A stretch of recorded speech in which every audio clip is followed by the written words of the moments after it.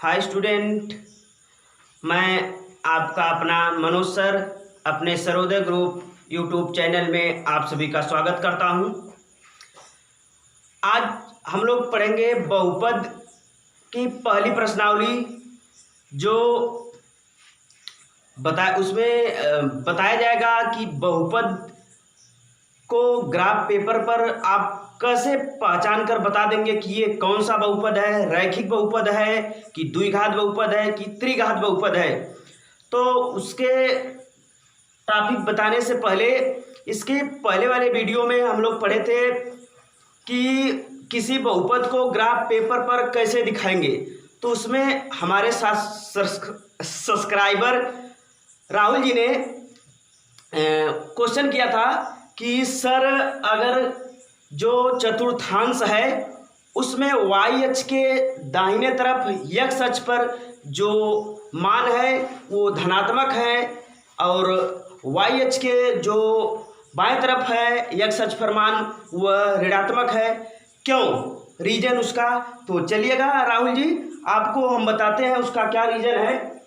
जो चतुर्थांश की खोज हमारे रैनी दे कार्ते जी ने की थी, तो उन्होंने यह बताया था, रैने दे कार्ती जी ने यह बताया था कि जो चतुर्थांश है उसमें वाई अक्ष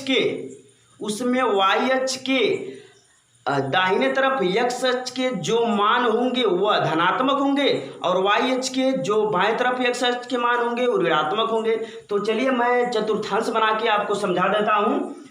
तो इधर देखिएगा, ये आपका होगा वाई अक्ष, ये होगा आपका वाई अक्ष और ये होगा आपका एक्स अक्ष। तो एक्स अक्ष राहुल जी का कहना था कि ये बताइएगा सर, इधर वाला जो वाई अक्ष के दाहिने तरफ मान है वह धनात्मक क्यों होता है।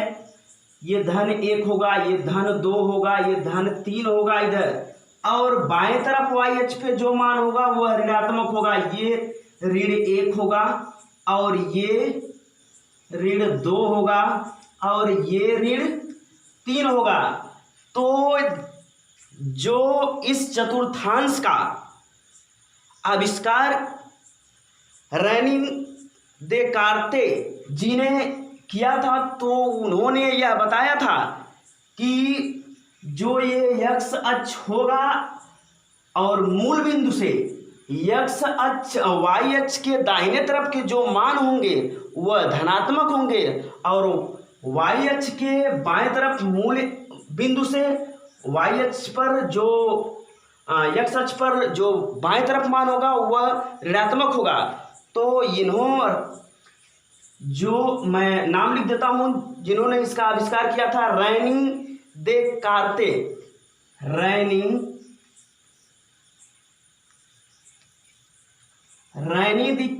जी ने बताया था, रैनी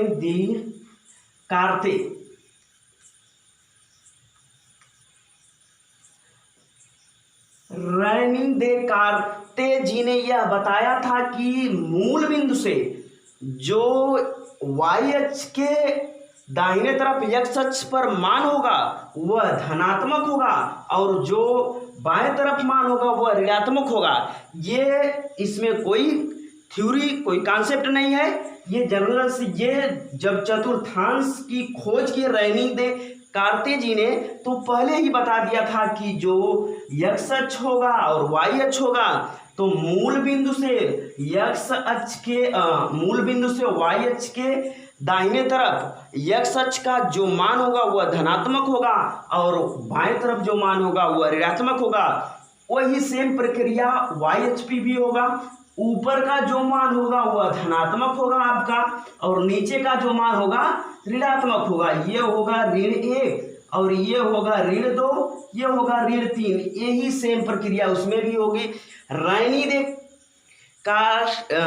दे कार्ते जी ने बताया था कि जो मूल बिंदु से दाहिने तरफ मान होगा वह धनात्मक होगा, जो बाएं तरफ मान होगा वह ऋणात्मक होगा। तो जनरल सी बात हम लोग ऐसे भी समझ सकते हैं इसको। चलिएगा मैं एक एग्जाम्पल लेके आपको बता देता हूँ। जैसे मान लीजिए ये आपकी जमीन है, यहाँ जमीन से छत ये लगा हुआ है, ये आपका छत है। तो छत पर मान लीजिए आप चढ़े हैं, यहाँ आप राहुल जी खड़े हैं, यहाँ आप खड़े हैं, यहाँ से मान लेते हैं हम दूरी ये 1 मीटर होगी, ये 2 मीटर होगी, ये 1 मीटर और ये 2 मीटर और यहाँ पर आपकी 3 मीटर। तो चलिएगा ये ऊपर की तरफ छत पे है। अगर आपको कह दिया जाए जमीन की खुदाई करके उतना आप नीचे आए, चलिएगा 3 मीटर नीचे आइएगा, यहाँ पे आपका होगा 1 मीटर, यहाँ पे आपका होगा 2 मीटर और यहाँ पे आपका होगा 3 मीटर। तो वैसे भी अब देखिएगा ये जो नीचे आएंगे वह मान क्या होगा, ऋणात्मक होगा। क्यों? क्योंकि ऊपर थे हम लोग धनात्मक थे, नीचे आएंगे तो आपका मान क्या होगा, ऋणात्मक होगा, विपरीत दिशा है। और वैसे भी कर लीजिए, आप मान लीजिए यहां से जमीन से जब छत पर थे तो कितनी ऊंचाई पे थे, 3 मीटर ऊंचाई पे थे, और नीचे उतना ही कर दिया जाए तो आप जो नीचे जमीन खुदाई करके जाएंगे वह मान ऋणात्मक में होगा। तो ऐसे भी आप समझ सकते हैं कि यदि हम एक संख्या पॉजिटिव जा रही है तो उसके विपरीत जो संख्या होगी वह निगेटिव होगी। तो चलिएगा आपको मैं चतुर्थांश भी लेके समझाया और एक एग्जाम्पल लेके समझाया। मैं उम्मीद करता हूं कि आपको बहुत अच्छे तरीके से समझ में आया होगा। तो चलिएगा अब आगे हम लोग अपने प्रश्नावली पर चलते हैं। यदि आपको समझ में नहीं आया होगा तो फिर से आप बताइएगा, एक बार आपको फिर से बताया जाएगा, कोई दिक्कत नहीं। बहुत अच्छा लगा कि आप राहुल जी ने कमेंट करके पूछा। तो हमारे सब्सक्राइबर एक जय हिंद जी हैं, वह कह रहे हैं सर 12 की मैथ कब से चालू करेंगे। तो जल्द ही बाबू उसको भी चालू कर दिया जाएगा, 1 या 2 दिन में। तो चलिएगा हम लोग चलते हैं अब अपने टॉपिक पर। बहुपद की पहली प्रश्नावली हमको पढ़ना है। पहली प्रश्नावली में केवल एक शब्द है, एक सवाल है। उस सवाल में बताना है आपको, मैं बताया हूं, उस सवाल में आपको यह बताना है कि ग्राफ पर चतुर्थांश बना रहेगा और उसमें यह बताना है कि उस चतुर्थांश में कौन सा रैखिक बहुपद होगा, कौन सा द्विघात बहुपद होगा और कौन सा त्रिघात बहुपद होगा। तो चलिएगा मैं बनाता हूं इधर आप ग्राफ, तो बोर्ड पे सभी लोग देखिएगा, मैं इधर ग्राफ बनाना शुरू। तो स्टूडेंट चलिएगा देखिएगा, इधर फिगर बन गया हम लोगों का। पहली प्रश्नावली में बस यही देख के बताना है, फिगर हम लोगों का बन के तैयार। तो चलिएगा स्टूडेंट, बोर्ड पे फिगर हमने बना दिया है, देख लीजिए एक निगाह आप लोग। बस केवल सिंपल सा इसमें देख के यह बता देना है, आप देख के एकदम आंसर देंगे। बस ये बताना है इसमें कि इस ग्राफ में कौन सा बहुपद है और इस ग्राफ में कौन सा बहुपद है, इस ग्राफ में कौन सा बहुपद है। तो मैंने आपको पहले वाली वीडियो में यह बताया हूं कि किसी भी ग्राफ में जो रेखा होगी वह x अक्ष को जितनी बार काटेगी उतनी उसका क्या होगा, बहुपद। एक बार काटेगी तो रैखिक बहुपद होगा, 2 बार काटेगी तो द्विघात बहुपद होगा और 3 बार काटेगी तो त्रिघात बहुपद होगा, और जितनी बार काटेगी उसका उतना शून्यांक भी होगा। अगर ऐसे भी क्वेश्चन पूछ सकता है कि उसमें ग्राफ दे देगा, बताइए कितने शून्यांक हैं, बहुपद भी पूछ सकता है, शून्यांक भी। तो चलिएगा मैं बताता हूं आपको। पहले वाले में बताइए x अक्ष को कितनी बार काट रही है रेखा, बिल्कुल एक बार भी नहीं काट रही, तो इसका शून्यांक और ये शून्य बहुपद भी होगा और इसका शून्यांक भी 0 होगा। इसका शून्यांक क्या होगा, 0 होगा और 0 बहुपद होगा, शून्य बहुपद होगा ये। तो इसका आंसर हम लोगों का क्या होगा, इसका आंसर होगा 0। इसका शून्यांक भी 0 होगा और ये शून्य बहुपद भी होगा। तो चलिएगा पहला आपको बता दिया गया। दूसरा है, देखिएगा इसमें ये ग्राफ को x अक्ष को कितनी बार काट रहा है, ये रेखा एक बार काट रहा तो ये रैखिक बहुपद होगा और इसका शून्यांक 1 होगा। तो इसका आंसर क्या होगा? इसका आंसर होगा, इसका आंसर क्या होगा? इसका आंसर होगा, इसका शून्यांक 1 होगा और ये कौन सा बहुपद होगा?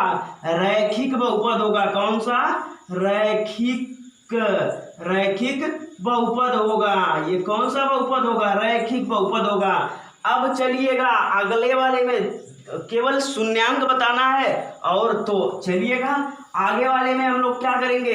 तीसरा सवाल है, इसमें भी बताना है इस कितने शून्यांक हैं इस बहुपद के। तो चलिएगा इस ग्राफ में हम लोग देखेंगे एक्स अक्ष को कितनी बार काट रही है रेखा। 1 बार काट रही है, 2 बार काट रही है और 3 बार। तो त्रिघात बहुपद होगा और शून्यांक इसका क्या होगा? इसका शून्यांक 3 होगा। तो इसका आंसर क्या होगा? इसका आंसर 3 होगा। तो अब देखिएगा चौथे वाले में चलिए, ये रेखा एक्स अक्ष को कितनी बार काट रही है? 2 बार काट रही है। तो इसका शून्यांक क्या होगा? 2 होगा। बस केवल आपको यह देख के बता देना है कि एक्स अक्ष को जितनी बार वह रेखा काटेगी उसका उतना क्या होगा? शून्यांक होगा। तो अगले वाले में चलिएगा, 5वें वाले में देखिएगा कितनी बार रेखा काट रही है? 1 बार, 2 बार और 3 बार, यहाँ 4 बार। तो यह 4 बार काट रही है, तो इसका शून्यांक क्या होगा? 4 होगा। इसका आंसर होगा 4। शून्यांक बताना है तो इसका आंसर क्या होगा? 4 होगा। इसका आंसर 4 होगा। यहाँ पे 4। अगले वाले में चलिए बताइएगा कितनी बार काट रही है? 1 बार, 2 बार और 3 बार। तो इसका आंसर क्या होगा? 3 होगा। इसका आंसर 3 होगा। तो कर लीजिए आप शॉर्ट स्कीम, बिल्कुल आसान है, केवल देख के बता देंगे। मैं आपको इसके पहले वाले में वीडियो में बताया था कि आप बिल्कुल देखकर बता सकते हैं कि किसमें कौन सा बहुपद है, कितना शून्यांक होगा। तो जितनी बार एक्स अक्ष को रेखा काटेगी उतना उसका शून्यांक होगा और उतना वो रैखिक। 1 बार काटेगी तो रैखिक, 2 बार काटेगी तो 2 घात और 3 बार काटेगी तो त्रिघात बहुपद, अगर 4 बार काटेगी तो चतुर्थ घात बहुपद वह होगा। तो स्टूडेंट मैं आपको उम्मीद करता हूं कि बहुत अच्छे तरीके से समझ में आया होगा। फिर अब मिलते हैं अगली वीडियो में अगली प्रश्नावली के साथ। तब तक के लिए बाय बाय स्टूडेंट।